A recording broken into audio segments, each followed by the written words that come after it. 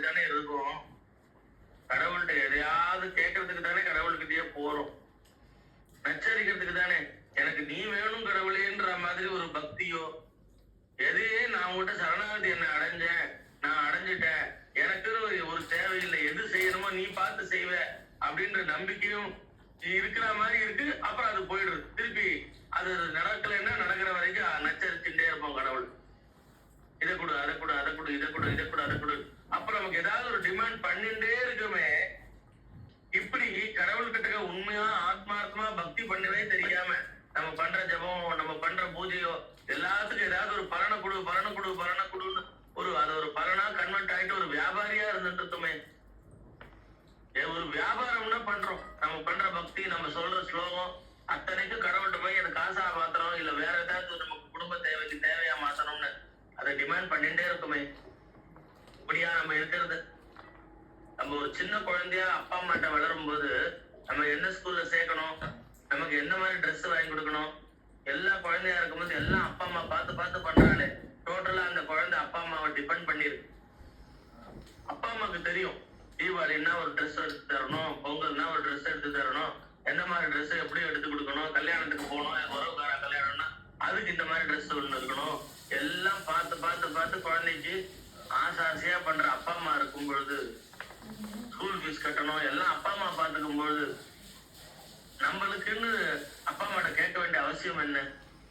அப்படி ஜெகதப்பிதாவு வந்தே பார்வதி பரமேஸ்வரன் ஜெகன்மாதாவும் ஜெகத்பிதாவும் நம்மளை காப்பாத்தி ரட்சிச்சுன்னு வரும்போது நம்ம போய் அவள்கிட்ட போய் டிமாண்ட் பண்ண வேண்டிய அவசியம் என்ன? இது சரணாகதி அடைஞ்சதுக்கு அர்த்தமே இல்லை. ஏன்னா இன்பம் வந்தா ஒண்டிதான் நம்ம சந்தோஷமா இருப்போம். கடவுள் கொடுத்து அப்பா பெரிய ஆசீர்வாதம், நல்லது வந்தது. இதே ஒரு துன்பம் வந்துருக்குன்னா அது நடக்கல, நம்ம கேட்டதுன்னா பெரியவா பெரியவா பெரியவா இப்படி நீங்க பெரியவா போய் இப்படி பண்ணலாமா, பெரியவா போய் என்ன சோதிக்கலாமா, பெரியவா போய் இந்த மாதிரி பண்ணலாமா, நச்சு நச்சு நச்சு நச்சுன்னு. நான் சரணாகதி அடைஞ்சிட்டேன்னா என்ன அர்த்தம்? ஒரு ஸ்லேவ், அவனுக்கு கேட்கறதுக்கு கூட ரைட்ஸ் கிடையாது. சரணாகதி அடைஞ்சாச்சு, நீதான் எல்லாம் அப்படின்னு காலில் விழுந்தாச்சு. அந்த தெய்வம் செய்யும் அப்படின்ற நம்பிக்கை. அப்படி செய்யலைன்னா அதுக்கு ஒரு காரணம் இருக்குன்ற ஒரு நம்பிக்கை. இப்படித்தானே மகான்கள் எல்லாம் வாழ்ந்தா. நம்மளும் நச்சு நச்சு நச்சு நச்சு நச்சரிக்கிறோம். திருப்பி திருப்பி திருப்பி திருப்பி போய் போய் போய் குடிக்க காசு கொடு, குடிக்க காசு கொடுன்னு ஒரு பையன் கேட்டுட்டே இருக்கான். அம்மாவும் அப்பாவும் எத்தனையோ மறுத்தா கூட திருப்பி திருப்பி திருப்பி திருப்பி என்ன பண்ணுவான், காசு கொடுத்தா போய் குடிச்சிட்டு வருவான். திருப்பி திருப்பி திருப்பி திருப்பி சி போடா நாயே அப்படின்னு தூக்கி விட்டு விஜா அந்த எலும்பு துண்டை பொறுகின்னு போற மாதிரி உடனே அதை எடுத்துன்னு ஓடிடுறோம். அந்த மாதிரினா நம்ம நச்சரிக்கிறோம். தெய்வத்தை போட்டு உண்மையான பக்தியும் மனசார பிரார்த்தனையும் பண்றதுக்கு துப்பு இல்லாம இருக்கமே. தெய்வத்துக்கு எல்லாம் தெரியும், நம்மளை பார்த்துக்கும் காப்பாத்தும் அப்படின்னு நம்ம என்ன கொடுத்துட்டேன் அப்படின்னா அப்ப இன்பம் துன்பங்கள் எல்லாம் நாராயணன் என்னமென்றே இருப்பார், அந்த அன்பில் உணர்ச்சி கொண்டால் மனமே ஆனந்தம் வேறில்லையேன்னு சொல்ற வார்த்தையால சொல்றமே தவிர, துன்பம்னு வந்துட்டா அது சுவாமி கொடுத்த பிரசாதமா ஏத்துக்கிற பக்குவம் இல்லை. நமக்கு அந்த துன்பத்தை ஏன் கொடுத்த ஏன் கொடுத்த ஏன் கொடுத்த, எனக்கு காப்பாத்து காப்பாத்து, இந்த மாதிரி பண்ண அந்த மாதிரி பண்ண அந்த மாதிரி பண்ணு. பத்ராச ராமதாசர்லாம் 12 வருஷம் ஜெயில கஷ்டப்பட்டார் அப்படின்னா அவர் ஏதோ சொத்துக்கு நம்மளோட சொந்தக்காரர்களுக்கோ தன் பசங்களுக்கு பையனுக்கோ அப்படி எழுதி வச்சுட்டு அவர் தண்டனை அனுபவிக்கல. ராமருக்கு கோவில் கட்டி அந்த சிரமப்படுறார். அப்போ ஒரு நாள் 2 நாள் இல்ல, 12 இயர்ஸ் இருந்து வாயில சொல்லிடுறோம். 12 days கூட நம்மளால இருக்க முடியுமா ஜெயில? 12 years. அப்போ எவ்வளவு ஒரு அவஸ்தைகள் பட்டு அவர் அந்த இடத்துல இருந்தார், எவ்வளவு ஒரு கஷ்டங்கள். ஆனா ராமன் மேல பக்தி போனதா? ராமனிடத்திலையும் சீதம்மா தள்ளி அப்படின்னு அம்மா அம்மா சீதம்மான்னு சீதம்மாவை கெஞ்சறார், பாடுறார். சோ ராமன் மேலதான் பாட்டு, சீதா மேலதான் பாட்டு. அடியும் மதுரையும் வாங்கிட்டு அப்பையும் அந்த ராமனிடத்தில் விசுவாசம். இது எல்லா மகான்களும் தன் கர்மான்னு நினைக்கிறார், தான் ஏதோ ஒரு ஜென்மால செஞ்ச பாபம் நினைக்கிறார். ஒரு நாளும் பகவான குத்தம் சொல்றது இல்ல. இவ்வளவு அவஸ்தப்படுறனே இது ஒன்னால தானே, உன்னை வேண்டதுனால தானே, உனக்கு கோயில் கட்டினதுனால தானே, இது நான் பண்ணிருக்கவே வேண்டாமே, இந்த அவஸ்தை எனக்கு தேவையே இல்லாம இருக்குமே. எல்லாரும் ரோட்ல நல்லபடியா தெரிஞ்சுட்டு இருக்காளே, பகவானுக்கு கோயில் கட்டிட்டு இருக்காளன்னா எல்லாரும், உனக்கு கோயில் கட்டுறதுனால எனக்கு இந்த 12 வருஷம் ஜெயில்னா அந்த ஜெயிலே எனக்கு தேவையில்லை, உன் கோயில் நான் ஏன் கட்டி இந்த மாதிரி சிரமப்பட்டிருக்கோம், அதனால எனக்கு வந்த லாபம் என்ன அப்படின்னு நான் கேட்டேன், அப்படின்னு நான் நினைச்சேன். எல்லா அந்த கஷ்டங்களையும் இது இறைவன் பிரசாதமா எடுத்துட்டு சுவாமி மேல அழுது பாட்டு பாடுறாரு, பக்தி பண்றாரு, பக்தி பண்ணிட்டே இருக்காரு. ஒரு நாளும் அந்த நம்பிக்கையை விடல. இந்த தெய்வமே இல்ல, நான் பேசாம அல்லன்னு சொன்னா அந்த முஸ்லீம் ராஜாவே என்னை காப்பாத்திடுவான்னு சொல்லி அப்படி மாறல. தன்னோட கொள்கையில இருந்து கொஞ்சமும் அவ பிசகல. அப்படின்னா வாழ்ந்தா வாழலாம். அப்போ அந்த ஒரு உயர்ந்ததான பக்தி நமக்கெல்லாம் வர வேண்டாமா? உயர்ந்ததான தெய்வ சிந்தனை நமக்கெல்லாம் வர வேண்டாமா? நம்ம வாழற வாழ்க்கையும் ஒரு வாழ்க்கையா? எது ஒண்ணுமே சுயநலமாவே திங்க் பண்ணிட்டு என்ன கிடைக்கும் லாபம்ன்ற மாதிரி வெளியில சொல்லலையே தவிர, ஆனா மனசு ஒரு கணக்கு போடுறது. எல்லாத்துலயும் ஏதாவது பெனிஃபிட் கிடைச்சிடணும், என் பிள்ளைக்கு வேலை கிடைச்சிடணும், என் பொண்ணுக்கு வந்து வேலை கிடைச்சிடணும், நல்ல மாப்பிள்ளை கிடைச்சிடணும், இதே மாதிரியே கேட்டு இருக்கோமே. அந்த இறைவனுக்கு தெரியாதா? நீ சரணாகதி அடைஞ்சிட்டியே, அப்ப அந்த இறைவனுக்கு எது தெரியாது? நீ சரணாகதி அடைஞ்ச அந்த சுவாமி அவருக்கு எதுவும் தெரியாதுன்னு இருந்தால்தான் நம்ம சொல்லித்தரோம். நம்ம நினைக்கிறோம் எல்லாம் தெரிஞ்சு அவர் சும்மா இருக்காருன்னா அதுக்கு ஒரு காரணம் இருக்கும்ன்ற பக்குவம் கூட நமக்கு வரமாட்டேங்கிறது. அப்படி நச்சரிக்கிறோம்.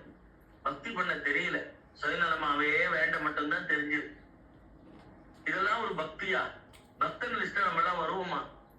பக்தன் லிஸ்ட வராம இந்த ஜென்மா வந்து வேஸ்டா தானே போறது. அப்போ நான் வந்த காரியம் ஆராய்ந்த அருளேதோ ரம்பாவான்னு ஆண்டாள் சொல்லி அந்த அளவுக்கு பக்தி பண்ணி இறைவனை அடைஞ்சாலே, அப்ப நாம இந்த பூமிக்கு வந்துட்டு ஈச் அண்ட் எவ்ரி பர்சனும் ஒரு விஐபி தான். யாருமே மட்டம் கிடையாது, யாரும் மட்டம் கிடையாது. இறைவன் படைப்புல யாரும் மட்டம் கிடையாது. நம்ம இப்ப ரீசெண்டா என்னன்னா உமன்ஸ் வேர்ல்டு கப் முடிஞ்சு அத்தனை பெண்களும் வந்து இந்த கப்பு வாங்கிட்டா இப்ப இந்தியன் உமன் கிரிக்கெட்ல. அப்ப மோடிஜியோட அவளோட எல்லாரும் போய் சேர்ந்து சந்திக்கிறா. மோடிஜி அவளெல்லாம் மீட் பண்ற.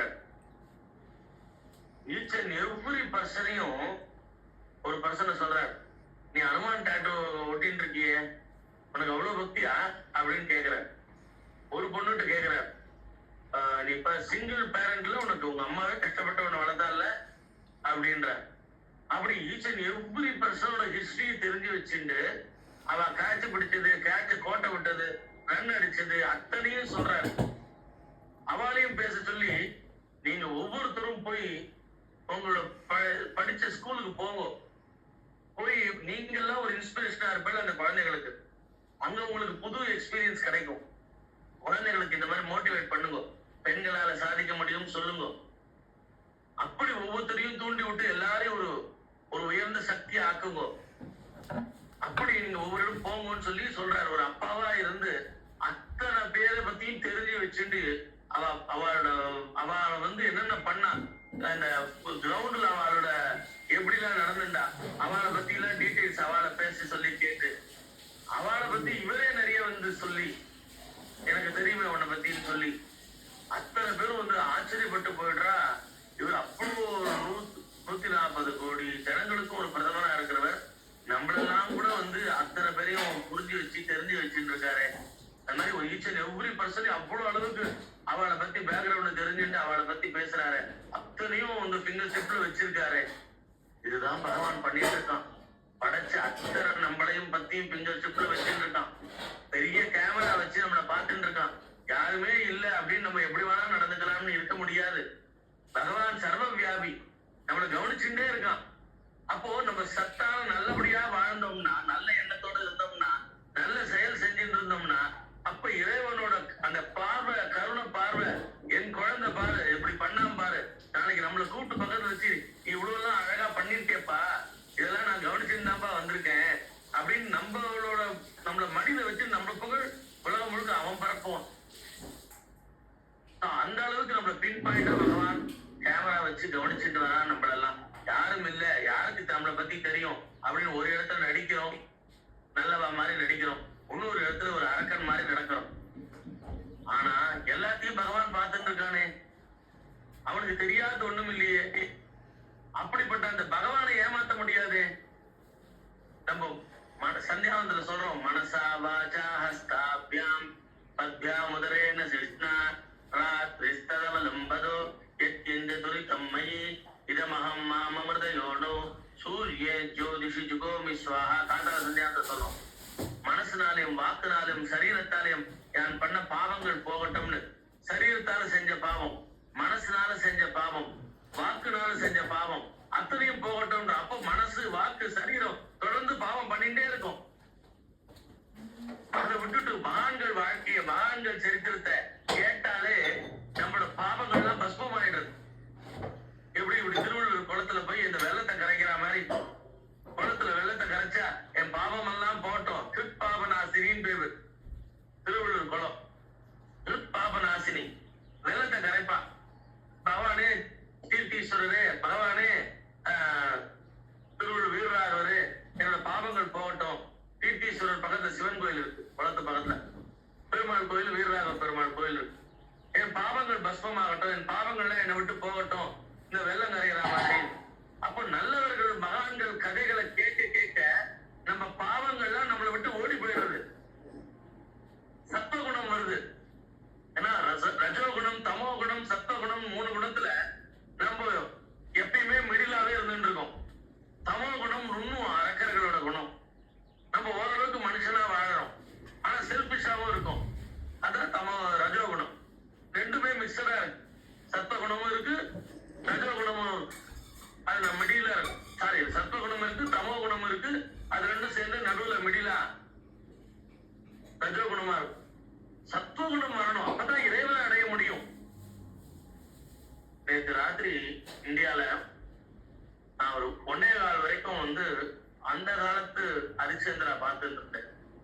அது சிவாஜி நடிச்சது இல்ல, அதுக்கும் முன்னாடி அந்த காலத்துல சின்னப்பா தேவர் அப்படின்னு எம்ஜிஆரே அதுல ஒரு சீன் வர, அவருக்கு மந்திரியா வர எம்ஜிஆரே அதுல நடிக்கிறார் ஒரு சீன்ல. அப்போ அது அவரே சைடு ஆக்டர் தான் எம்ஜிஆர். அப்போ அந்த படம் பார்த்துட்டு இருந்தேன். ஹரிச்சந்திரன் கதை எல்லாருக்கும் தெரியும். காந்தியடிகள் கூட ஹரிச்சந்திரன் கதையை நாடகங்களை பார்த்துட்டு அப்புறம் சத்தியம் வத தர்மம் தரன்னு வேதத்துல சொல்ற மாதிரி போய் பேச மாட்டேன்னு சொல்லி சத்தியமா இருந்து தன்னோட ஆட்டோபயோகிராபில கூட அவர் சத்தியமா அவர் செஞ்ச சில தவறுகள் எல்லாம் கூட எழுதியிருக்காரு காந்திஜி. அவ்வளவு நேர்மையா இருக்கணும். ஹரிச்சந்திரன் கதையை பார்த்தா நான் திருந்தினேன், அவ்வளவு நல்ல ஒரு உயர்ந்ததான குணம் எனக்கும் வந்தது நாடகத்தை பார்த்துட்டு. அந்த ஹரிச்சந்திரனோட கதை கதறி கதறி என்ன அழ வச்சது.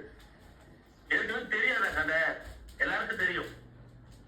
ஆனா தர்மத்துக்காகவும் சத்தியத்துக்காகவும் அந்த சூரிய வம்சத்துல பிறந்த ஹரிச்சந்திரன் வாழ்ந்த வாழ்க்கை பின்காலத்துல அதே பரம்பரையில சாட்சாத் சிவன் நாராயணனே பறக்க வச்சு. நம்ம நமக்கு இப்ப எனக்கு கூட பிள்ளை கிடையாது, பொண்ணுதான். வம்சம் எப்படி வளரும்? வம்சம் பெண் வழியா அப்படியே வளர்றதுதான், பிள்ளை வழியா வளர்றது இல்லை. சில பேருக்கு இருந்தா அது வழியா வம்சம் வளரும். அப்படி இருந்தாலும் பின்காலத்திலையும் நம்மளோட பேர் சொல்லணும், அப்படி நம்மளோட வாழ்க்கை வாழ்ந்துட்டு போனோம். நம்ம வையத்துள் வாழ்வாங்க வாழ்வான் வானகத்து தெய்வத்தில் வைக்கப்படும். நம்மள இறைவன் கவனிச்சுட்டே இருக்கார். அவன் மனசு தொடர மாதிரி நம்மளோட சொல்லு, செயலு, சிந்தனை, வாழ்க்கை அப்படி இருக்கணும். Each and every person. இப்ப என்னோட பர்த்டேன்னு எனக்கு நான் அது அன்னைக்கு ரொம்ப இம்பார்ட்டன்ட் டே. உலகத்துல எல்லாருக்கும் பர்த்டே தான் இருக்கு. அவன் பர்த்டே அன்னைக்கு அவளுக்கு ஒரு யார் வாட்ஸ்அப்ல மெசேஜ் அனுப்பிச்சிருக்கா, வாழ்த்துக்கள் சொல்லியிருக்கா, உறவுக்காரா, ஃப்ரெண்ட்ஸ் எல்லாம் அப்படின்னு பார்த்து பதிலுக்கு தேங்க்யூ தேங்க்யூ போட்டுட்டு இருக்கோம். அதோட ஒரு ஹஸ்பண்ட் ஒய்ஃப் கல்யாணம் ஆனவளா இருந்தா அவளுக்கு கல்யாண நாள்ல எல்லாரும் ஹாப்பி ஆனிவர்சரி, பர்த்டே அப்படின்ட்டு வெட்டிங் ஆனிவர்சரி அனுப்போம். அது எல்லாருக்கும் நம்ம தேங்க்யூ தேங்க்யூன்னு அனுப்பிச்சுட்டு இருக்கோம். அன்னைக்கு அந்த தம்பதிகளுக்கு இது இம்பார்ட்டன்ட் டே. உலகத்துல எல்லாருக்கும் அப்படி வந்துட்டு போயிட்டு இருக்கோம். அன்னைக்கு கோயிலுக்கு போய் அர்ச்சனை பண்ணுவா, ஏதோ நல்ல காரியம் பண்ணுவா. சோ அந்த மாதிரி ஈச் அண்ட் எவ்ரி பர்சனும் விஐபி, கடவுளோட படைப்புல யாரும் மட்டம் இல்ல. அப்போ நம்ம அந்த விஐபின்றது வெறும் பிறப்பால உயர்ந்துடல, நம்மளோட குணத்தால உயரணும், செயலால உயரணும், தெய்வத்தோட மனசு தொடரணும். ஏன்னா தெய்வமானது பெரிய கேமரா வச்சு நம்மளை பார்த்துட்டே இருக்கு. நம்மளை கவனிச்சுட்டே இருக்கிற தெய்வம் மார்க் போட்டுட்டே இருக்கு. நம்ம கர்மா கூடிட்டே இருக்கு, கிரைம் ரேட் கூடிட்டே இருக்கு. தவறு பண்ண தெய்வம் கவனிச்சுட்டே இருக்கு. அப்படின்னும் போது உலகத்துல யாருக்கு வேணா நீ பயப்படாம இருக்கலாம், யாருக்கு வேணா நடித்துடலாம், தெய்வத்துக்கு நடிக்க முடியாது. அதனால தெய்வத்துக்கு பயப்படணும், சத்தியத்துக்கு பயப்படணும், தர்மத்துக்கு பயப்படணும். ஹரிச்சந்திர மகாராஜா ஒரு சுடுகாட்டுல உட்கார்ற நிலைமை வந்ததுன்னு தெரியும். வெட்டியானா வராரு. அப்படிப்பட்ட நிலைமையில இவ்வளவு நிலைமை கீழே வந்தாச்சு. இனிமேல் இன்னும் சத்தியம் தர்மம் எல்லாம் காப்பாத்திட்டு உட்காந்துருக்கிறது. கொண்டாட்டி பிள்ளைய விற்கிற மாதிரி நிலைமை வந்தது. நானே ஒருத்தருக்கு அடிமை மாதிரி நிலைமை வந்தது. இனிமேலும் இந்த சத்தியத்தை பிடிச்சுன்னு உட்காந்து இருக்கிறதா? எங்க சாமியே கண்ணு திறக்கலையே. இவ்வளவு சோதனை வந்து ஒரு பெரிய சக்கரவர்த்தியா ராஜாவாகி இருந்தனா இவ்வளவு கீழே போயிட்டேன், இனிமேல் எந்த சாமி வந்தது, எந்த சாமி என்ன காப்பாத்திட்டு அப்படின்னு நினைச்சாரா? தன்னோட அந்த கொள்கையை விட்டாரா? உறுதியை விட்டாரா?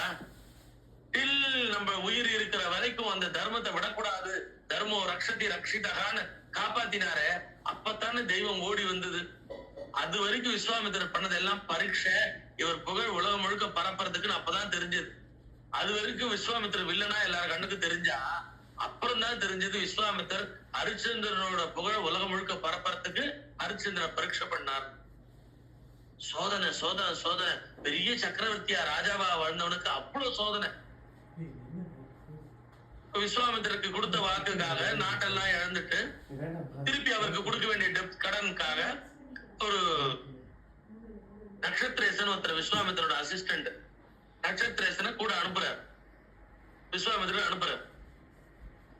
இவனை கூட டார்ச்சர் கொடு. ஹரிச்சந்திரனுக்கும் சந்திரமதி லோகிதாசன் 3 பேரும் கிளம்பி போயிட்டா நாட்டை விட்டு. இவளுக்கு கூடயே இருந்து டார்ச்சர் கொடுத்து என் பணத்தை வாங்கிட்டு வா, நான் எனக்கு கொடுக்க வேண்டிய கடனை வாங்கிட்டு வான்னு சொல்றேன். ஹரிச்சந்திரனும் அந்த நட்சத்திரேசன் அழிச்சுட்டு போயிட்டு இருக்கார். நட்சத்திரேசன் வர வழியெல்லாம் அவளுக்கு இம்சை எவ்வளவோ பண்றார், எவ்வளவோ கஷ்டங்கள் கொடுக்குறார். அப்படி நடந்துட்டு இருக்கு. காசி தேசத்துக்கு வந்தா காசில விஸ்வநாதர் விசாலாட்சியை தரிசனம் பண்ணி, என் நிலைமை இப்படி கீழே போச்சு பகவானே, நான் எப்படி ஒரு ராஜாவா இருந்தேன்னா வேண்டிக்கல. விஸ்வநாதா அம்மையப்பா என்னைக்கும் எங்களுக்கு துணையாயிருன்னு பிரார்த்தனை பண்றான். என்னைக்கு என் கூட துணையாயிரு, நீ பக்க பலமா இரு அப்படின்றா. நாங்க தர்மத்தை விடக்கூடாது அப்படித்தான் வேண்டிக்கிறான். தர்மத்தை விடக்கூடாது, நல்ல எண்ணத்தை விடக்கூடாது. விஸ்வநாதா விசாலாட்சி, காசி விஸ்வநாதா விசாலாட்சி, நாங்க சத்தியத்துல இருந்து என்னைக்கும் பிறழக்கூடாது. நீ நிலைமை இவ்வளவு ராஜாவா இருந்தவன் திறந்துட்டு வந்து இப்படி நிக்கிறனே, நீ பாத்துட்டு இருக்கியே அப்படின்னு வேண்டல. விஸ்வநாதா விசாலாட்சி அம்மையப்பா, என்னோட சத்தியத்திலிருந்து நான் கொஞ்சம் கூட பிறழக்கூடாது, நான் மாறி போயிடக்கூடாது, நீங்க எனக்கு அனுகிரகம் பண்ணுங்கன்னு காசில வேண்டிக்கிறேன். அப்ப அடுத்த சோதனை, ராஜாங்கத்தை விட்டு இவ காடு மலை பசி தாகத்தோட நடந்து வந்தாச்சு, காசி வரைக்கும் வந்தாச்சு. இவர் மனைவியை அந்த நட்சத்திரேசன் சொல்றாரு விஸ்வாமித்திரோட அசிஸ்டன்ட், தவிர டேட்டு பாரா போறது, விஸ்வாமித்திரருக்கு இந்த நாள் புள்ள கொடுக்குறேன்னு சொன்னேன், இமீடியட்டா எனக்கு கொடுத்தானோ. நானும் வீடு வாசலை விட்டுட்டு வந்திருக்கேன், உன் பின்னாடி என்னால அலைய முடியாது, இமீடியட்டா விஸ்வாமித்திரர் கொடுக்க வேண்டிய பைசா கூட நான் கொண்டு எடுத்து போயிட்டே இருக்கேன் அப்படின்னா. அப்போ தர்மபத்னியா இருந்து நம்ம ஹரிச்சந்திரனை புகழ்ந்து கொண்டாடுறோமே, ஹரிச்சந்திரனுக்கு ஒரு படி மேலேயே அந்த சந்திரமதி ஆனவள் ஹரிச்சந்திரன் இடத்துல அவ்வளவு பிரியமா இருக்கா, ஹரிச்சந்திரன் இடத்துல அவ்வளவு ரெஸ்பெக்ட் கொடுக்குறா, ஹரிச்சந்திரனோட கொள்கைக்கு அவ்வளவு சகாயமா இருக்கா, அனுகிரகமா இருக்கா, கூட துணையா இருக்கா. இவர் சத்தியத்தை காப்பாத்துறா, யோ நீ சத்தியத்தை காப்பாத்துறன்னு சொல்லிட்டு நான் எவ்வளவு எங்க அப்பா வீட்டுல ராஜா வாழ்க்கை வாழ்ந்தேன், அப்படி இருந்தோ உனக்கு கல்யாணம் பண்ணி கொடுத்தா, ஏதோ ராஜாவாச்சேன்னு கல்யாணம் பண்ணி கொடுத்தா, ஒரு மகரிஷி கிட்ட போய் சத்தியம் அது இதுன்னு சொல்லிட்டு நீ எல்லாத்தையும் திறந்துட்டு ஒரு நிமிஷத்துல திறந்துட்டு வந்து என்னையும் சேர்ந்து காடெல்லாம் நடக்க விட்டிய, உன் கூட வாழறத விட நான் கடைசியில கிளம்பி போறேன் எங்க அப்பா வத்துக்குன்னு போல. அவர் சத்தியத்தை வந்து கெட்டிமா பிடிச்சிட்டு ஹரிச்சந்திரன் இவருக்கு துணையா இருந்து அவர் என்ன சொல்றான்னா, இப்ப வந்து செக் வைக்கிறார் இந்த விஸ்வாமித்திரோட அசிஸ்டன்ட் நட்சத்திரேசன், இமீடியட்டா எனக்கு கொடுத்தானோன்ற. அப்ப என்ன வித்துடுங்கோன்ற. எவ்வளவு பெரிய ஒரு உயர்ந்த பிறப்புல பிறந்தவோ, ராஜ வாழ்க்கையில பிறந்தவோ, இங்க ராணியா வந்து அவ்வளவு கம்பீரமா வாழ்ந்தவோ, என்ன ஒரு இடத்துல அடிமையா வித்துருங்கோ, வித்துட்டு இந்த காசை வந்து அவருக்கு வந்து கொடுத்துருங்கோ, உங்களோட கடன் அடையும் அப்படின்றான். ஹரிச்சந்திரன் உடனே இதுக்கு சம்மதிக்கல, ஆனா அவ பேசி சம்மதிக்க வைக்கிறான். நம்ம விஸ்வாமித்திரர் கொடுத்த வாக்கு காப்பாத்துறது தான் முக்கியம், நான் என்ன வேணா எங்க வேணா வேலைக்காரியா வேலை செஞ்சுட்டு போறேன் அப்படின்னு. அப்போ இந்த யார் வாங்குறா அப்படின்னு சொல்லி ஒரு பிராமணர் வந்து வேலைக்காரியா தன் வீட்டுல ஆள் வேணும்ட்டு பணம் கொடுத்து வாங்குறார். அப்ப சந்திரமதி நமஸ்காரம் பண்ணி இவரை பிரதட்சணம் பண்ணி, ஹரிச்சந்திரனை நம்ம இந்த பந்தத்தை வந்து லைஃப் லாங் தொடரணும்ன்றது கல்யாண பந்தம். நம்ம இந்து மதத்துல நம்ம எல்லாம் ஃபாலோ பண்றது ஹஸ்பண்ட் ஒய்ஃபோட பந்தமானது டில் அவளோட டெத் வரைக்கும் தொடரணும்ன்றது. அப்படி ஒரு உயர்ந்த பந்தம் இது. வேத மந்திரங்கள்லாம் சொல்லி அவளை கல்யாணம் எல்லாம் பண்ணி வைக்கிறா. எல்லாரும் பெரியவங்க எல்லாம் அச்சதை போட்டு ஆசீர்வாதம் பண்றா. நல்லபடியா வாழணும், 60ஆம் கல்யாணம் 80ஆம் கல்யாணம் இவெல்லாம் பண்ணி சந்தோஷமா நிம்மதியா வாழணும் அப்படின்னு சொல்லி ஆசீர்வாதம் பண்றா. அப்படிப்பட்ட பந்தம் இப்ப என்ன ஒரு இடத்துல அடிமையா விற்கும் பொழுது இது இங்க பிரேக் ஆகுது. அப்போ எந்த பிறவியில நான் திருப்பி உங்களோட சேருவனோ தெரியாது. ஒரு உத்தமர்கிட்ட நான் மனைவியா இருந்தேன். இப்படி உங்களை இப்ப நமஸ்காரம் பண்ணி நீங்க இப்ப என்ன ஒரு அந்தனருக்கு வித்தாச்சு, அவ வீட்டு வேலைக்காரியா போறேன். இனிமேல் நம்ம 2 பேரும் பாப்போமான்னு தெரியாது. ஒரு மகானுபாவரோட மனைவியா இருந்த பாக்கியம் எனக்கு. அதே நான் வாழ்நாள் முழுக்க நினைச்சுக்கிறேன். இந்த அந்தனரோ தர்மம் நெறி தவற மாட்டார். அதனால என்னோட கற்புக்கு எந்த தீங்கும் வராது. நான் அவ வீட்டுல வேலைக்காரியா வேலை செய்வேன் அப்படின்னு சொல்லி இவரை நமஸ்காரம் பண்ணி அழுத கண்ணீரோட போறா. அப்ப அந்த அந்தனர் சொல்றார், என்ன ஒண்டி நான் வேலைக்கு வாங்கினேன்னு நினைச்சுக்காத, உன் பிள்ளையும் சேர்த்து எனக்கு வேலைக்கு காட்டுல போய் தர்பம் எடுத்துட்டு வரணும், இல்ல இந்த குச்சி எல்லாம் ஓமத்துக்கு வேண்டியதெல்லாம் எடுத்துட்டு வரணும், அதுக்கு அவனையும் சேர்த்து தான் வேலைக்கு வாங்கினேன், கொண்டா வா அவனையும் வா அழிச்சுன்னு வான்னு சொல்லி அந்த குழந்தையும் சேர்த்து அழிச்சுன்னு போறான். அப்ப ஹரிச்சந்திரன் தனிமரமா நிக்கிறான். எங்கேயாவது தெய்வத்தை போய் திட்டுறதோ, இந்த நிலைமைக்கு வந்துட்டேனே, நானு இவ்வளவு இழிநிலைக்கு வந்துட்டேனே, தெய்வமே நீ எல்லாம் பாத்துட்டு இருக்கியே, நான் இதுக்கு அப்புறமும் எதுக்கு சத்தியத்தை காப்பாத்துறோம் தர்மம் அந்த நட்சத்திரன் கேக்குறாரு.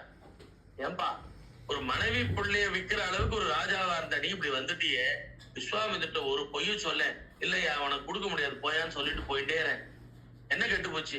திருப்பி அவரே சொல்றார், ஒரு வாட்டி இல்லைன்னு சொல்லி உனக்கு ராஜ்யமே கொடுத்துறேன்னு சொல்றாரு. அப்ப ராஜ்யத்தை திருப்பி கொடுத்துருவாரு. திருப்பி புள்ள பொண்டாட்டியோட நீ வாழலாம்பா, ஏன்பா இப்படி கஷ்டப்படணும் அப்படின்ற. இல்ல சுவாமி, நான் தர்மத்தை விட்டு சொன்ன வாக்க மீற மாட்டேன், நானு சத்தியத்தை விட்டு பெற மாட்டேன், மாற மாட்டேன், நான் இதுல இருந்து மீற மாட்டேன் அப்படின்னு இந்த இடத்துல கூட அந்த உறுதியோட இருக்கார். எனக்கு காசி விஸ்வநாதர் துணையாயிரும். யோசனை பண்ணி பாருங்க, அவ்வளவு ஒரு நல்ல ஒரு தர்ம பத்தினி, நல்ல ஒரு சத்புத்திரன், அத்தனை பேரையும் ஒரு ஒரு வித்துட்டு அந்த மாதிரி ஸ்லேவ் மாதிரி அடிமையாரும் ஒருத்தட்டு வித்துட்டு அவ எவ்வளவு கஷ்டப்படுவாளோ அப்படின்னு இருக்கு இல்லையா. இவ்வளவு இவரும் பாசமா இருக்காரு. ஆனா அந்த சத்தியத்தை பிடிவாதத்துல அப்படியே நிக்கிறார். உடனே நட்சத்திரேசன் கேக்குறான், நீ என்னோட மனைவி மக்களை பையனை வித்துட்டு என் குருநாதருக்கு கொடுத்துட்ட, காணிக்க கொடுக்க வேண்டியது நான் கொண்டு போய் கொடுத்துட்றேன். ஆனா நான் இத்தனை நாளா உன்னோட கூட டிராவல் பண்ணிருக்கேன், எனக்கு கூலி நீ கொடுக்கலையே, அது உனக்கு பாக்கியாச்சு. நீ அப்ப சத்தியத்தை தவறனாலே அவன், ஏன்னா எனக்கு நீ கொடுக்கணுமே, குருநாதர் கொடுக்க வேண்டியது கொடுத்த வாக்கு ரைட்டு தான், நான் என்ன சும்மா வேலை செய்வேனா, எனக்கு நீ கூலி கொடுக்கணுமே அப்படின்னு கேக்குற. அப்ப ஒண்ணு ஹரிச்சந்திரன் சொல்றார், சுவாமி என்ன வித்துடுங்கோ, என்ன மனைவி மக்களும் வித்தாச்சு, இதுக்கப்புறம் என்ன இருக்கு லைஃப்ல, என்ன வித்துடுங்கோ, நான் யார்கிட்டயும் அடிமையா வேலை செய்யறேன், அப்போ உங்களோட கூலி எடுத்துக்கோங்க அப்படின்ற.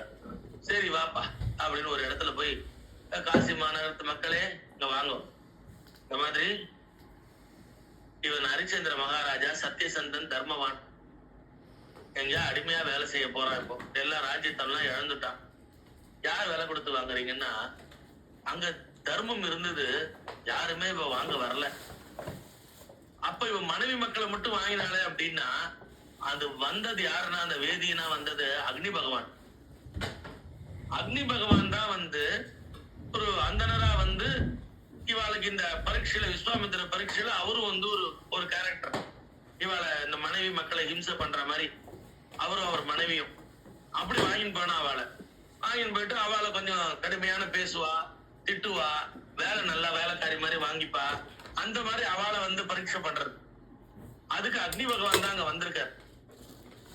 இப்போ இங்க காசி மாதத்துல மக்கள்லாம், ஐயோ இப்படிப்பட்ட சத்தியசிந்த ராஜாவை யாரா அடிமையா விற்பாளா, அதை வாங்கினா பாவம் இல்லாச்சே அப்படின்ட்டு அவ போயிட்டா. அப்ப யாருமே வாங்கலையே, வா இந்த அன்டச்சபிள்லாம் இருப்பா இல்லையா, அவளோட அந்த காலத்துல அப்படி எல்லாம் சொல்லுவா, அவளோட இடத்துல போய் விக்கிறவன வாட்டு அங்க வர.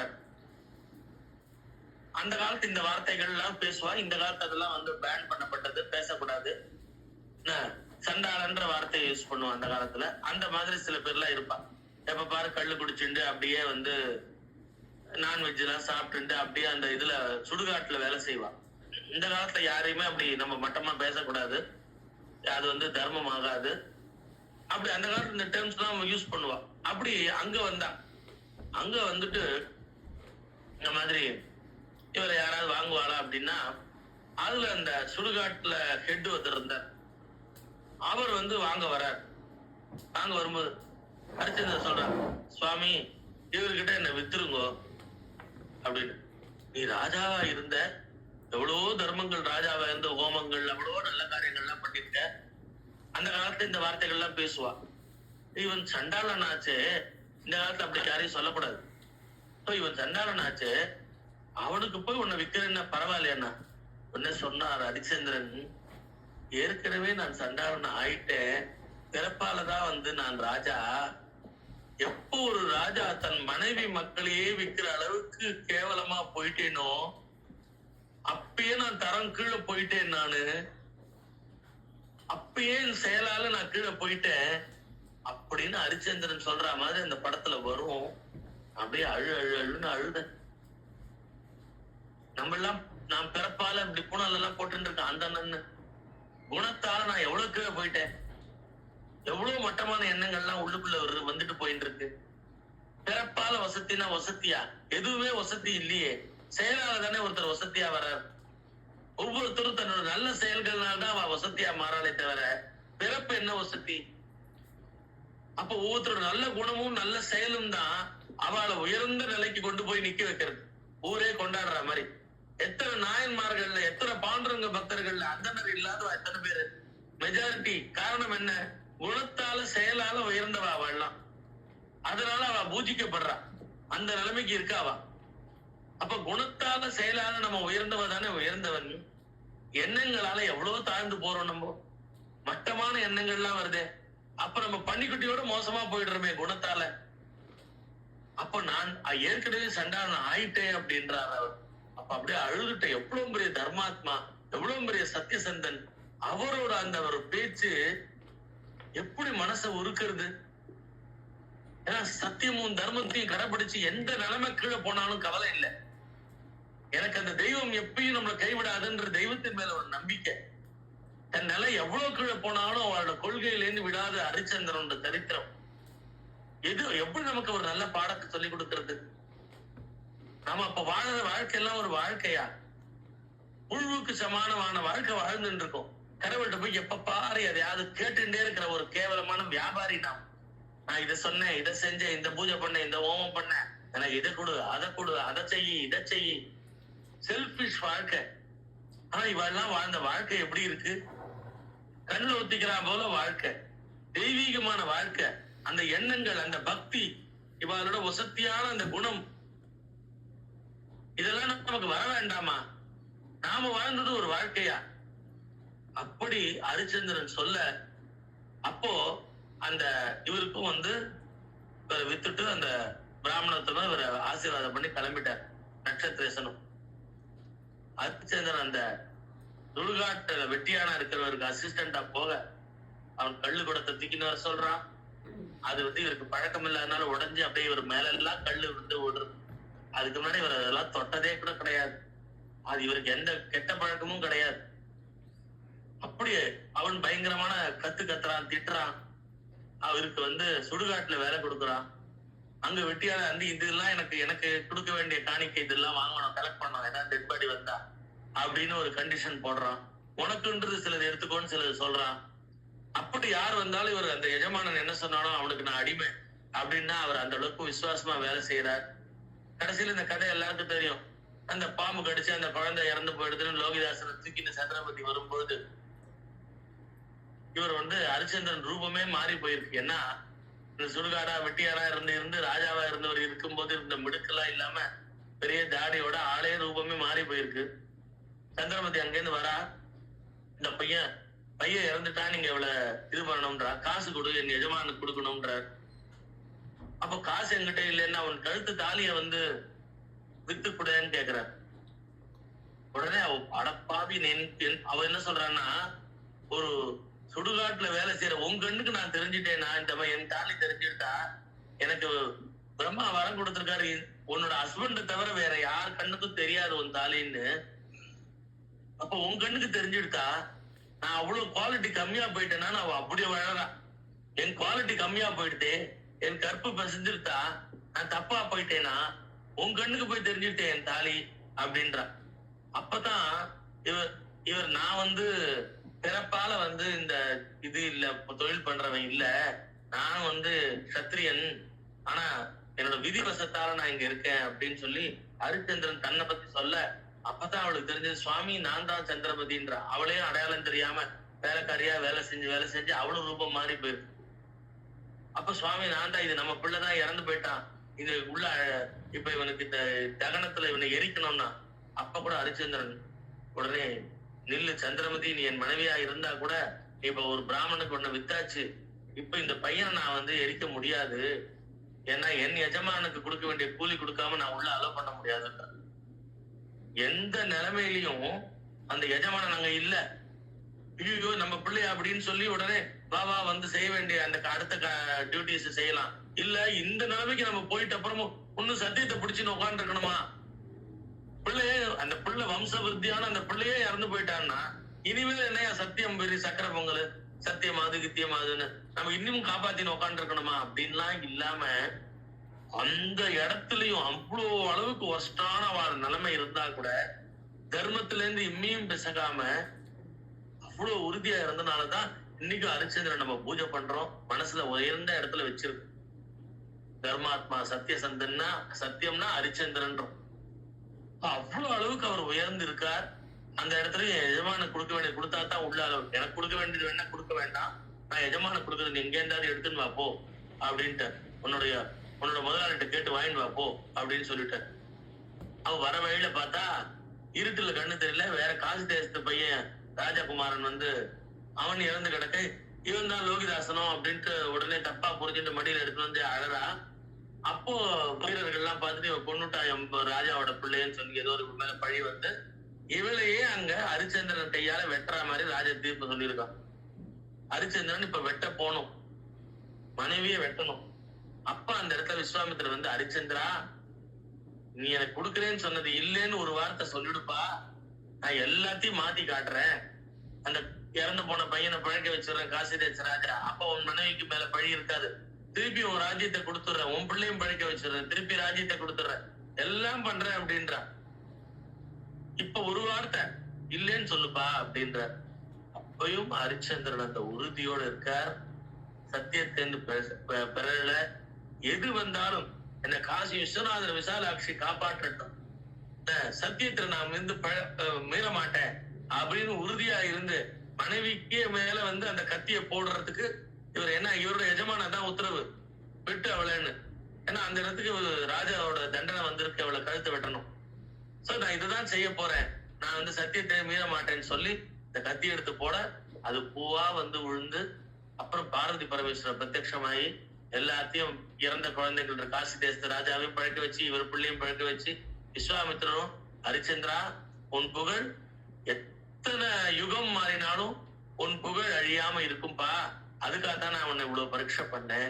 யுகங்கள் மாறலாம், காலங்கள் மாறலாம், ஆனா உன் ஹரிச்சந்திரனோட புகழ் சூரிய வம்ச ராஜா எப்படி ஒரு உத்தமனா இருந்தார் அப்படின்னு சாட்சாத் ஸ்ரீமன் நாராயணனே உன் பரம்பரையில பிறப்பார்ப்பா, நான் அப்பயும் வருவேன்றார் விஸ்வாமித்திரர். அப்பயும் வருவேன் நான், வசிஷ்டர் எப்பயுமே குலகுரு, நான் அப்பயும் அந்த ஸ்ரீமன் நாராயணன் அவதாரம் பண்ணும் பொழுதும் நான் வருவேன். அதனால சீதா கல்யாணம் பண்ணி வைக்கிறது யாருன்னா விஸ்வாமித்திரர் தான் பண்ணி வைக்கிறார். சீதா அங்க வரார், அப்ப பலாதி பலாலாம் அனுகிரம் சொல்லி கொடுக்கிறார் ராமர் லட்சுமணாவும். அப்படி எவ்வளவு பரீட்சை எவ்வளோ எங்க கொண்டு போய் நிறுத்தினாலும் தர்மம் இம்மியளவும் பேசியாம சத்தியத்துல இம்மியளவும் மீறாம அவெல்லாம் வாழ்ந்த வாழ்க்கை இருக்கே, அதுதான் வையத்தில் வாழ்வாங்க வாழ்வான் வானுலகத்து தெய்வத்தில் வைக்கப்படும். அப்படி தெய்வமா அவ இருந்தா, அவளோட செயல் அவ்வளவு உயர்ந்து இருந்தது. சோ இதெல்லாம் நம்ம பார்த்து தெரிஞ்சுட்டு நமக்கு அப்படியே என்டையர் மாத்திர முடியாதுதான் நம்ம லைஃப. ஆனா கொஞ்சத்துக்கு கொஞ்சமாவது அடிமேல் அடி அடிச்சா அம்மியும் நகர்ற மாதிரி கொஞ்சத்துக்கு கொஞ்சமாவது நமக்கு ஞானம் ஏற்பட்டு நல்ல எண்ணங்கள் ஏற்பட்டு நம்ம ஓரளவுக்காவது ஒரு சத்தியத்திலையும் தர்மத்திலையும் இருந்து இறைவன் நாமாவை சொல்லிண்டு நல்ல வாழ்க்கை ஒரு தூய வாழ்க்கை வாழணும். இறைவன்கிட்ட போய் எப்பயுமே இறைவன்கிட்ட அதை கொடு, இதை செய்ய, அதை செய்ய, இறைவன் நச்சரிக்கிறத விடணும். இறைவனுக்கு எல்லாம் தெரியும். கருணாமூர்த்தி இறைவன். நம்மளுக்கு நம்ம சத்தியமா தர்மமா இருந்தாலே, நல்லபடி நல்லது செஞ்சிருந்தாலே, நமக்கு ஆட்டோமேட்டிக்கலி நடக்க வேண்டிய அடுத்தடுத்து நடக்க வேண்டியதெல்லாம் அவனே பார்த்து செஞ்சு கொடுப்பான்.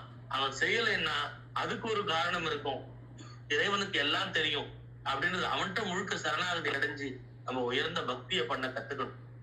நல்ல எண்ணத்தை அதிகப்படுத்திக்கணும். மகான்கள் கதை, பக்தர்கள் கதையெல்லாம் பல முறை சிரமம் பண்ணணும், கேட்டுக்கிட்டே இருக்கணும். அது நம்மளை ரெஃப்ரெஷ் பண்றதுக்கும் நம்ம பேட்டரி சார்ஜ் பண்ணிக்கிறதுக்கும் அது ஹெல்ப்ஃபுல்லா இருக்கும். ஏன்னா நம்ம வாழறது ஒரு வாழ்க்கையா, உயர்ந்த லட்சியத்தை நோக்கி வாழாம நாமளும் ஏதோ பக்தி பண்ணோம், மத்தவளை விட இட்ஸ் டிஃபரெண்டா ஏதோ பண்ணிட்டோம். நம்ம அப்ப நிறைய கடவுள்கிட்ட டிமாண்ட் பண்ணலாம். அவள் எல்லாம் அவ்வளவு பக்தி பண்ணல, அதனால அவ அதிகமா கேட்க முடியாது. நாம ஒரு 10 ஸ்லோக கிளாஸுக்கு போறோம், 10 ஸ்லோ நிறைய லலிதா சாஸ்திரம் சொல்றோம், விஷ்ணு சாஸ்திரம் சொல்றோம், இன்னும் நிறைய கடவுள்கிட்ட டிமாண்ட் பண்ணலாம் அப்படின்ட்டு நம்ம டிமாண்டிங் கெப்பாசிட்டி அதிகப்படுத்துக்கிறதுக்காக நம்ம எல்லாம் ஜபம் பண்றோம். இன்னும் ஜாஸ்தி கடவுள்கிட்ட வியாபாரம் பண்ணலாம், கேட்கலாம். நான் இவ்வளவு புண்ணியம் பண்ணிட்டேன் பத்தியா, நீ அதை கொடு இதை கொடுன்னு கேட்கலான்றதுக்காக கடவுள் பக்தி அதுக்காகவா பண்றோம்? அப்படி பண்ணணும்னா நம்ம ஒரு வியாபாரி தான், பிசினஸ்மேன். கடவுள்கிட்ட அப்படி பக்தி பண்ணக்கூடாது. சரணாகதி அடைஞ்சேன்னா உன்கிட்ட என்ன கொடுத்துட்டேன், நீதான் எல்லாம், உன் நினைவாவே நான் இருக்கேன், நீ மீதி பாத்துக்கோ, எது செய்யணும், எந்த இடத்துல என்ன எங்க உட்கார வைக்கணும், என்ன நடக்கணும் வாழ்க்கையில எல்லாம் நீ பாத்துக்கோ. சர்வ தர்மான் பரித்யஜ்ய மாம் ஏகம் சரணம் பிரஜ அகம் துவா சர்வ பாபேப்யோ மோக்ஷயிஷ்யாமி மாஸ்டர்கான்னு சொன்னார். அப்படி இறைவன் சரணாகதி அடைஞ்சவாளை விட்டு விடாம காப்பாத்துவார். அந்த நம்பிக்கை தான் நம்ம முழுக்க அவர் நாமத்தை சொல்லணுமே தவிர, நான் சரணாகதி அடைஞ்சிட்டேன், நான் உன்கிட்ட சரணாகதி அடைஞ்சிட்டேன், அப்ப நீ என்னை இந்த மாதிரி கஷ்டப்படுத்தாத, என் வாழ்க்கையில இப்படி சோதனை பண்ணாத, என்ன அதை பண்ணு இதை பண்ணுன்னு திருப்பி திருப்பி கடவுளை நச்சரிக்க கூடாது. எது லைஃப்ல நடந்தாலும் இது பார்வதி பரமேஸ்வரோட கிஃப்ட், அவர் கொடுத்த ஆசீர்வாதம் தான். அது பார்வதி பரமேஸ்வரா வேற இல்ல, லட்சுமி நாராயணன் வேற இல்லை. அவள் தான் நமக்கு இந்த மாதிரி ஒரு வாழ்க்கையை கொடுத்திருக்கா. இது அவ சங்கல்பத்துல நடக்கிறது. நம்ம அவள்கிட்ட சரணாகதி அடைஞ்சாச்சு, மீதி அவ பாத்துக்கிறா. நம்ம செய்ய வேண்டியதான் அவ நாமத்தை சொல்லணும், அவ நேம சொல்லணும், ஜபம் பண்ணணும், இறைவ சிந்தனையில் இருக்கணும், நல்ல சத்காரியங்கள் பண்ணிட்டு வரணும். இதுதான் நம்ம பிறந்ததோட ஒரு அர்த்தம். அப்படி நம்ம வாழ்ந்தோம்னா கண்டிப்பா பரிபூர்ணமா தேவனோட ஆசீர்வாதம் எல்லாருக்கும் கிடைக்கும். யாரையும் கைவிட மாட்டார். சிறு தொண்ட நாயனா இருக்கலாம், கிடைச்ச சோதனை எல்லாம் நம்மளை விட பல மடங்கு வசதி. அவளை பயங்கரமா கஷ்டப்படுத்திருக்காரு, பிள்ளை கறி எல்லாம் கேட்டிருக்காரு. அப்படி எல்லாம் இருந்தாலும் அவ அந்த பிரின்சிபல்ல இருந்து மாறாம அதை கூட அவள் எல்லாம் செய்யறதுக்கு தயாரா இருந்து செஞ்சிருக்கான்னா அவள் எல்லாம் எப்படிப்பட்ட இவர் இப்படி சோதிக்கிறதுல பயங்கர கெட்டிக்காரன்னா, அந்த சோதனையில ஜெயிச்சு காட்டுறதுக்கு இந்த ஹரிச்சந்திரன், சிறு தொண்ட நாயனார் இவெல்லாம் அவ்வளவு கெட்டிக்காரால இருந்தா. சந்தனத்தாதின்னு அவரோட வேலைக்காரி முதற்கொண்டு அவ்வளவு பக்தி பண்றான். சிறு தொண்ட நாயனாரும் அவர் மனைவியும் அவ்வளவு இந்த ஹரிச்சந்திரன், சந்திரமதி, லோகிதாசன் மாதிரி அவ புள்ள கூட நான் சிவனுக்கு அர்ப்பணமா என்ன உணவா போவேன்னா, ஒரு காபாலிகருக்கு உணவா போவேன்னா சிவன் அடியா இருக்கு, அதை நான் பெருமையா நினைக்கிறேன்னு சொல்லி அப்படி அவ எல்லாம் வாழ்ந்திருக்கா. விபூதி இட்டுன்னு வந்தாலே நமஸ்காரம் பண்ணணும்னு சொல்லிருக்கு. அப்படி ஒரு வண்ணா வரான், உடம்புல சுண்ணாம்பு அடிச்சுட்டு வரான், உடம்பெல்லாம் சுண்ணாம்பு. ஆனா பார்த்தா தூரக்கே இந்த ராஜா யானை மேல வந்துட்டு இருக்கிற ராஜாக்கு இது விபூதி பூசிண்டா மாதிரி இருந்துதான். யானையை விட்டு இறங்கி ரோடுலயே நமஸ்காரம் பண்றாரா ராஜா. உடனே அந்த வண்ணனுக்கு ஒண்ணுமே புரியல. ஐயோ, அரசன் இப்படி பண்றாரே அப்படின்னு. இல்ல, உன்னை பார்த்தா முழுக்க சுண்ணாம்பு அடிச்சுட்டு வந்திருக்க, ஆனா உன் உடம்பு முழுக்க விபூதி மாதிரி இருந்தது. அப்ப விபூதி பூசினவாளுக்கு நான் நமஸ்காரம் பண்ணணும், அதுக்காக நமஸ்காரம் பண்ணேன்னு யானையை விட்டு, பட்டத்து யானையை விட்டு இறங்கி ராஜா நமஸ்காரம் பண்ண. அப்படியெல்லாம் அவள்லாம் வாழ்ந்திருக்கான்னா எப்படி ஒரு வாழ்க்கை. ஆனால்தான் அவள்லாம் நாயன்மார்களா இருக்கா, ஆழ்வார்களா இருக்கா, பாண்டரங்க பக்தர்களா இருக்கா. அப்படி எந்த சமயத்திலையும் தன் கொள்கையிலேருந்து விட்டுவிடாம இம்மி அளவுக்கும் அவ நகராம பகவான் இடத்துல பக்தி ஒண்டியே தனக்கு தெரிஞ்சிருக்கணும், அது ஒண்டியே டிமாண்டா இருக்கணும், வேற எதுவும் கேட்க கூடாது. எனக்கு ஞான வைராக்கியத்தை கொடு, எனக்கு ஞான வைராக்கியத்தை கொடு, உயர்ந்த பக்தியை கொடுன்னு அப்படியே பிரார்த்தனை பண்ணி வாழ்ந்தா வாழலாம். இதுதான் நம்மளுக்கு தெரிஞ்சுக்க வேண்டியது உயர்ந்த லட்சணங்கள், பக்த லட்சணம். இதுதான் தர்மாத்மாக்கள் எல்லாம் மனசுல நினைச்சுக்கோங்க. உங்களுக்கும் ஒரு சொட்டாவது பக்தி உணர்வு ஏற்படும். அந்த கிளாஸ்ல சொன்ன அளவுக்கு என்னாலேயே சொல்ல முடியல, திருப்பி ரிப்பீட் பண்ண முடியல. இன்னும் ஒரு உணர்ச்சி பூர்வமா ஒரு அழுதுண்டே கூட சொன்னேன் அந்த கிளாஸ்ல. அதே மாதிரி அப்படியே பண்ண முடியல. ஆனா எட்கிஞ்சித்துன்ற மாதிரி ஏதோ கொஞ்சமா அந்த ஒரு தர்மாத்மாக்கள் மகான்கள் கதையை திருப்பி சொல்ற மாதிரி ஒரு பாக்கியம், அம்பாளோட ஆசீர்வாதம். எல்லாருக்கும் நல்லது அம்பாள் கொடுக்கட்டும், எல்லாருக்கும் துணையா இருந்து அனுகிரகம் பண்ணட்டும். தேங்க்யூ.